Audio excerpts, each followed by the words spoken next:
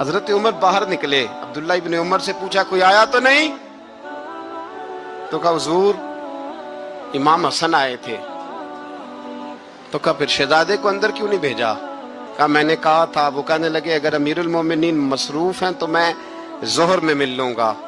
حضرت عمر رونے لگے, فرمایا بیٹے تو نے اچھا نہیں کیا. پھر مسجد نہیں گئے, سیدھے امام حسن کے دروازے دستک دی. امام حسن باہر آئے, کہا شہزادے آئے تھے تو ملے کیوں نہیں؟ تو امام حسن کہنے لگے حضور آپ کا اپنا بیٹا دروازے پہ کھڑا تھا, آپ کا اپنا بیٹا دروازے پہ کھڑا تھا, اور منع بھی کیا تھا آپ نے تو میں زور میں مل لیتا. حضرت امام حسن فرماتے ہیں جوش جذبات میں جناب عمر نے سر سے پگڑی اتار دی, جوش جذبات میں. کہنے لگے حسن میرے بیٹے کا اور آپ کا کیا مقابلہ؟ کیا اس کی ماں کا نام فاطمہ الزہرا ہے؟ کیا اس کی نانی کا نام خدیجۃ الکبریٰ ہے؟ کیا اس کے نانے کا نام محمد مصطفیٰ ہے؟ آپ کا اور اس کا کیا مقابلہ؟ پھر رو پڑے اور کہنے لگے بیٹے میں مکے کے صحراؤں میں اونٹ چرایا کرتا تھا, یہ جو میرے سر پر عزت کے بال ہیں یہ تیرے نانے کے اگائے ہوئے.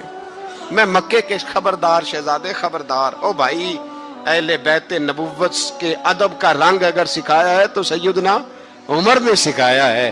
حضرت عمر فاروق اتھارٹی ہے, اسلام کی اتھارٹی. یکم محرم حضرت عمر کی شہادت ہے. یہودی بول اٹھا, کافر بول اٹھا. اگر 6 مہینے عمر دنیا میں اور رہتے تو دنیا میں کوئی کافر موجود نہ ہوتا. 6 مہینے.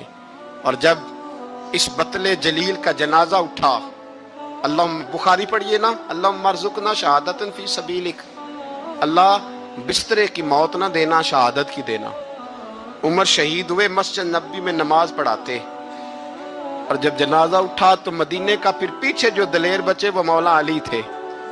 مولا علی, جناب عمر کا جنازہ اٹھا تو سب سے پہلی ہائے جو نکلی وہ حضرت علی کی زبان سے نکلی, اور حضرت علی ساری داڑھی آنسوؤں سے بھر گئی. لوگوں نے کہا کہ علی کیا ہوا؟ فرمانے لگے تم دیکھ نہیں رہے جنازہ کس کا اٹھا ہے, پلٹ کے دیکھو تو صحیح, تم پتہ نہیں یہ کون گیا ہے. کہ حضور کیا ہوا؟ آپ فرمانے لگے عمر اس طرح کے کام کر کے گیا ہے, اب ان کے رستوں پہ کون چلے گا؟ کون اس کے جگر راہ وفا میں؟ میں نقش ایسے چھوڑ آیا ہوں, میں جس منزل سے گزرا ہوں وہ اب تک یاد کرتی ہے. حضرت علی حضرت عمر کے جنازے پہ کھڑے ہو کے کہتے ہیں اللہ مجھے اس طرح کے عمل کرنے کی توفیق دے جس طرح کے عمر کر کے گیا.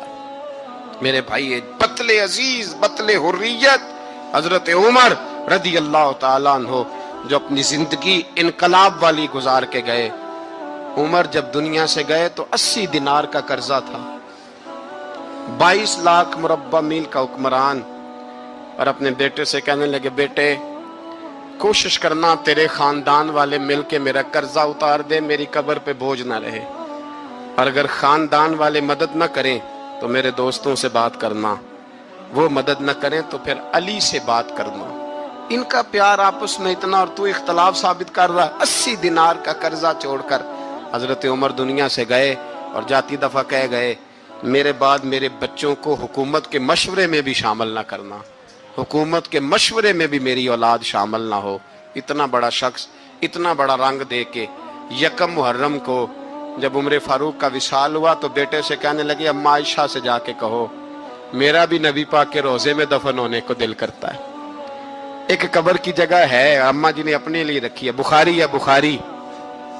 حضرت عائشہ کے پاس صاحبزادے گئے, کہنے لگے اماں جی عمر کو زخم لگ گیا ہے, حالت بڑی پریشانی والی ہے. وہ کہتے ہیں اگر اماں اجازت دیں. سید عائشہ رو پڑی, فرمانے لگی کہ وہ اپنی قبر کی جگہ تو نہیں نہ کسی کو دیتا, پر عمر نے کمال ہی بڑا کیا. اسے کہو جاؤ گنبد خضرا میں قیامت تک جو مصطفیٰ پہ اور ابو بکر پہ سلام پڑے گا وہ تجھ پہ بھی سلام پڑھ کے جائے گا. جاؤ میں نے جگہ دی.